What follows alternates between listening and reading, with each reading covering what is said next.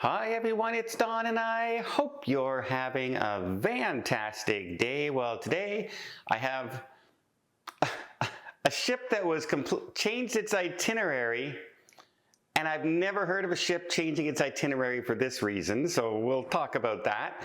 We also have a warning for Virgin Cruise Lines as the Norovirus seems to have taken effect on one of her ships. We have an update on the lady who was stranded over in Asia when they could not perform the medical operations on her hip and elbow that they needed, and she was stranded there, not getting help and not having any money to get help. And then we also have, I want to make some comments on a lot of people lately been saying, I'm done with cruising. I'm done with cruising because the prices are going skyrocket and they're taking more and more away. And I have some thoughts on that as well.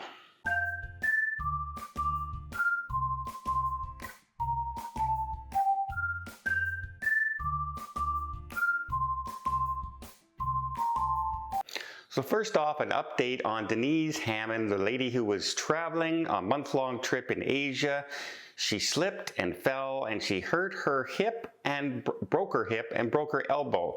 And when she was brought off in the Philippines to get medical attention off the cruise ship, well, they said they didn't have the equipment and the knowledge to perform the operation, that they would have to send her to a more sophisticated hospital, a bigger city, that kind of thing, maybe Singapore. Well, now's the problem. They got to get her there, pay for the costs of getting there, and the insurance company wasn't really cooperating too much on, getting her there. And like I said, I've never heard of a cruise, of any insurance company that you do have evacuation insurance, not doing the transportation costs. Well, after not only that people cover it like this in the media, but a politician actually sent word to that insurance company. Well, the insurance company has finally started to act, and they sent a nurse and a representative down, and they managed to get her now to Bangkok to get the surgery done. Now, the cost of the transportation has been done in that, but it's apparently the costs haven't risen up so much now that the costs are going to go above what the cap of the insurance is going to be. Now, I think you may have a case in court here by saying, hey, it's because of the insurance company's delays that all these extra costs incurred.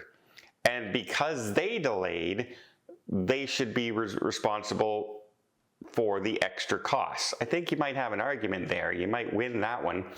But either way, the good news is the GoFundMe page that her daughter set up has raised over $30,000 so far, and that will definitely help offset those costs. The best news is, of course, she's finally getting the surgery and the help that she needs, and it looks like they will get her home safe and sound. I imagine it was just a nightmare for her daughter and herself going through all this. Sometimes you think you've done everything right and things still don't work out. Well, okay. Next we have the story of the Wonder of the Seas.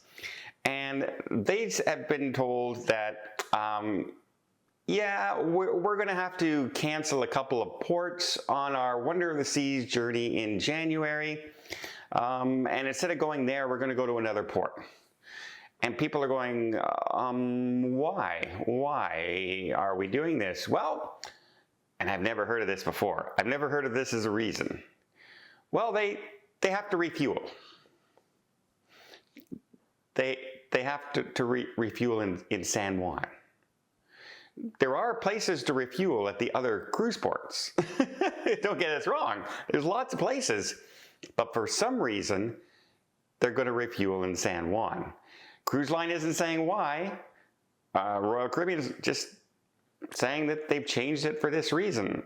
No compensation's been offered so far as I can see as well, in the form of any onboard credits or anything like that. They've also swapped out the days where they were going to go from one port and Perfect Day at Coco Cay, those are now swapped out.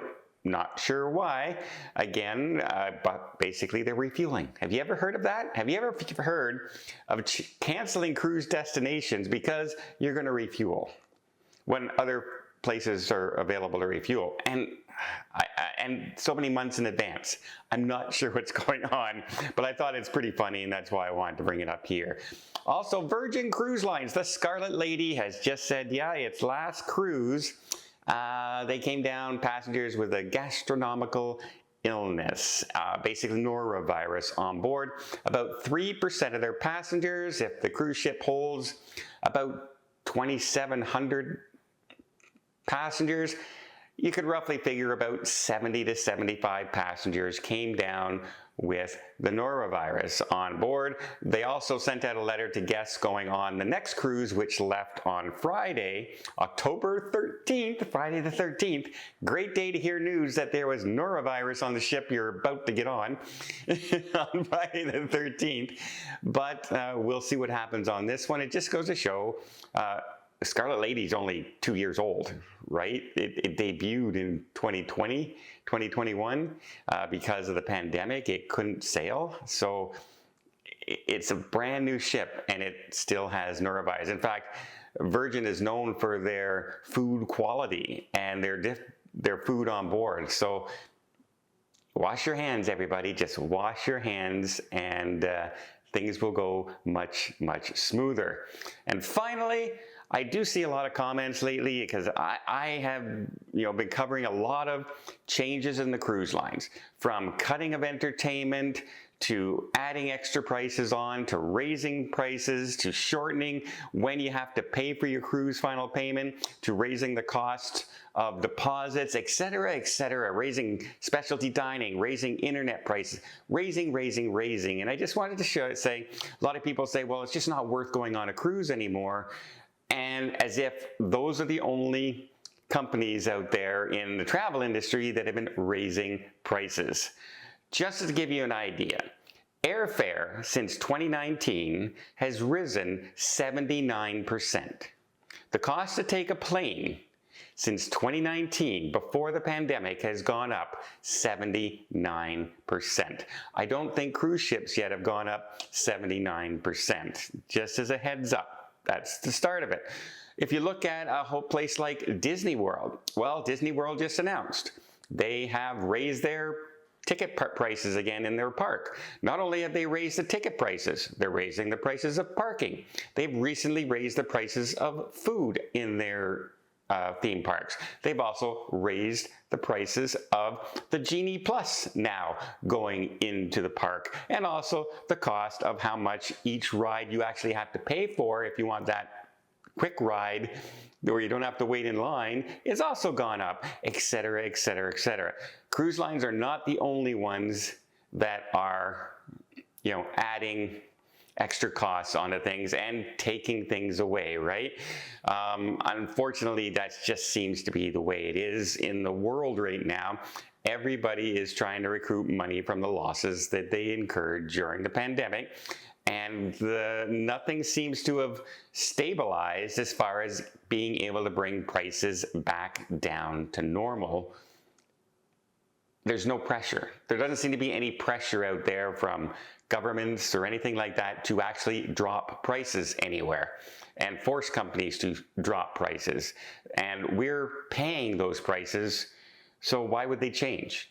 If we stopped paying and stopped going, if we all stopped going on a cruise line tomorrow and telling them that their prices are too high, well, they would drop their prices. If we all stopped going to Disney World and said the prices are too high, they would stop. However, we're going. So as long as we are going, those prices are going to remain high until it reaches a point where people say, yeah, I either can't afford it or I'm just not going to do it. It's just too expensive. And that's when we'll get back to a little bit normal rating. Well, I hope you appreciate this video. If you did, please give it a thumbs up. Want to see more tips, more tricks, more travel vlogs from around the world? Hit that subscribe button. Until next time, have yourself a safe and a great vacation.